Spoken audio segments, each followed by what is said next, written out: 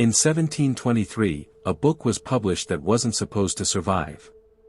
Inside its pages lies a name that changes everything we know about the Freemasons.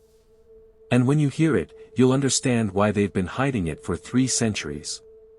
The Freemasons. The world's most famous secret society. Presidents, kings, and billionaires have walked through their lodge doors. But here's what nobody tells you: the Masons themselves answer to someone else. For years, researchers believed the organization was controlled by a Grand Master, or perhaps a council of elite members. They were wrong. The truth was buried in plain sight, locked inside a document so controversial that most lodges refused to discuss it. That document is called The Constitutions of the Freemasons, written by James Anderson in 1723. And hidden within its seemingly mundane rules and regulations is a revelation that shatters the carefully constructed image of Masonic independence. Today, we're going to decode what Anderson really wrote. We're going to follow the thread that connects a 300-year-old book to the modern power structure. And by the end, you'll see the Freemasons in a completely different light. But I need to warn you, what you're about to learn has been actively suppressed. There's a reason this information doesn't appear in mainstream documentaries. Let's start with the book itself. James Anderson was a Scottish minister living in London when he was tasked with writing the official constitution of Freemasonry. This wasn't just any assignment. Anderson was hand-picked by the Grand Lodge of England, the first official Masonic governing body in the world. The book was published on January 17, 1723. On the surface, it outlined the history of Masonry, the rules for lodges, and the duties of members. Boring stuff, right? But here's where it gets strange. Within weeks of publication, certain copies of the book began disappearing. Not all of them, just specific editions.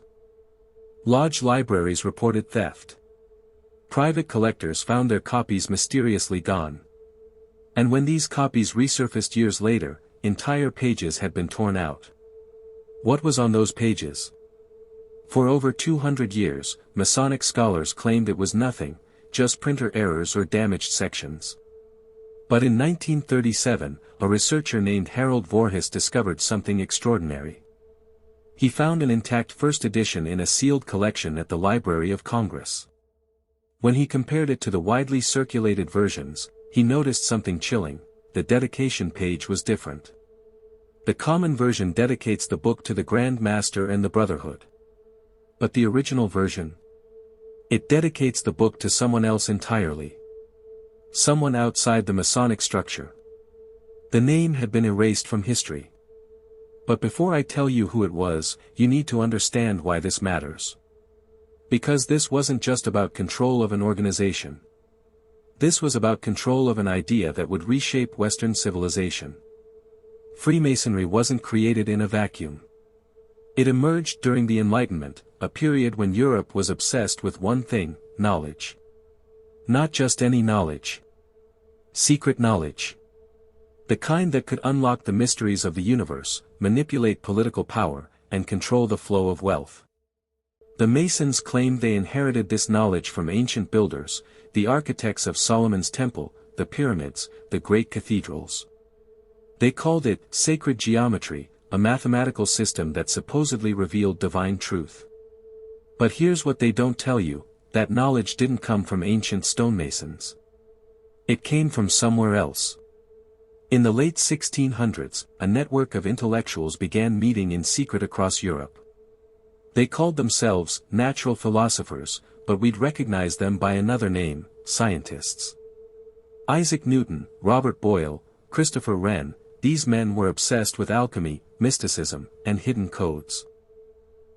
They believed the universe operated according to secret laws, and whoever discovered those laws would wield unimaginable power. These men didn't just influence Freemasonry. They designed it. And they answered to a patron.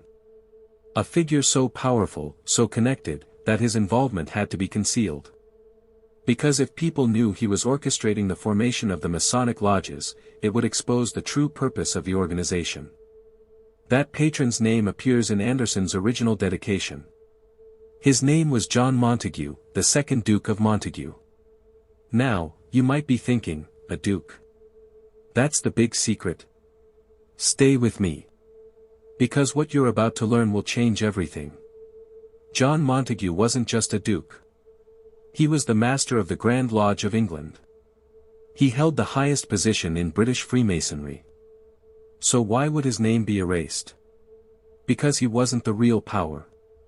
In 1721, 2 years before Anderson's book was published, Montagu received a visitor at his estate.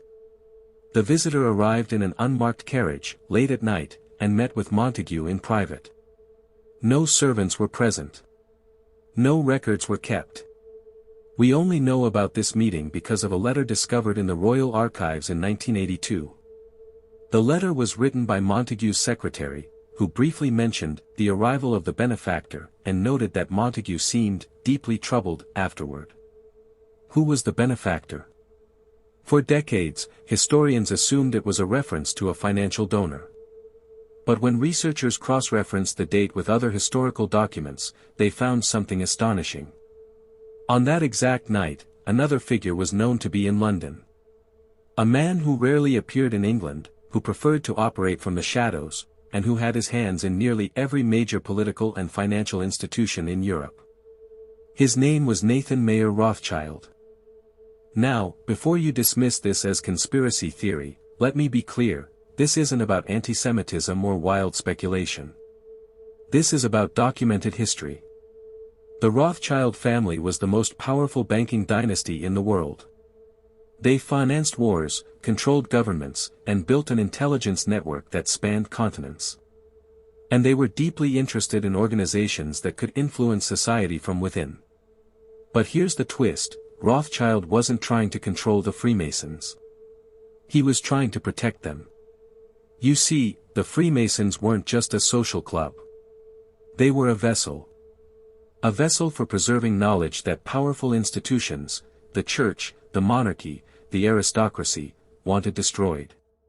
During the Enlightenment, ideas about democracy, individual rights, and scientific inquiry were considered dangerous. The old power structures knew that if these ideas spread, their control would crumble. So they tried to suppress them. But the Masons created a network where these ideas could survive. Lodge meetings became spaces where men could discuss forbidden philosophy. Masonic rituals encoded revolutionary concepts in symbolic form. And the hierarchical structure ensured that only the initiated understood the true meaning. Rothschild recognized this. He saw that the Masonic network could be used to advance the very principles that would ultimately lead to modern liberal democracy. Freedom of thought. Separation of church and state. The rights of the individual. But he also knew that if the church or the crown discovered the true purpose of the lodges, they would be destroyed. So he made a deal with Montagu. He would provide financial backing and political protection. In exchange, his involvement would remain hidden. The Masons would appear to be an independent organization, loyal to tradition and order. And that's exactly what happened. Anderson's dedication to Montagu was rewritten to remove any hint of outside influence.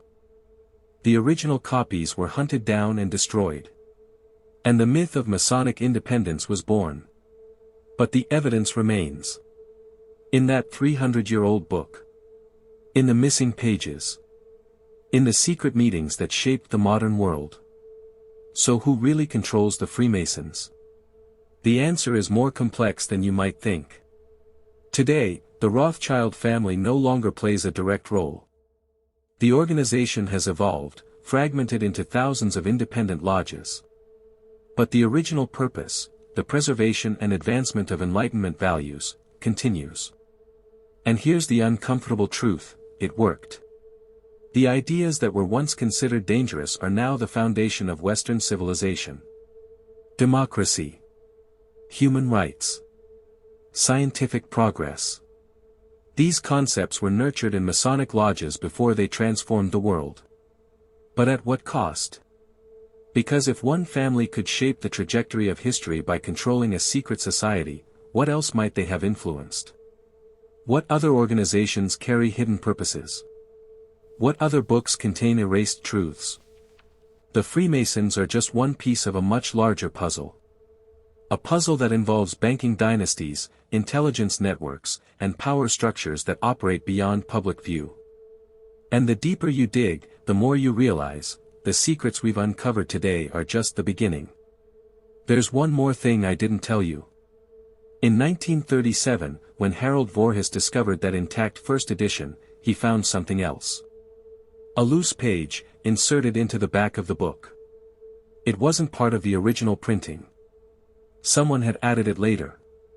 On that page was a list of names. 12 names, written in coded script. Voorhis spent years trying to decipher the code, but he died before completing the work.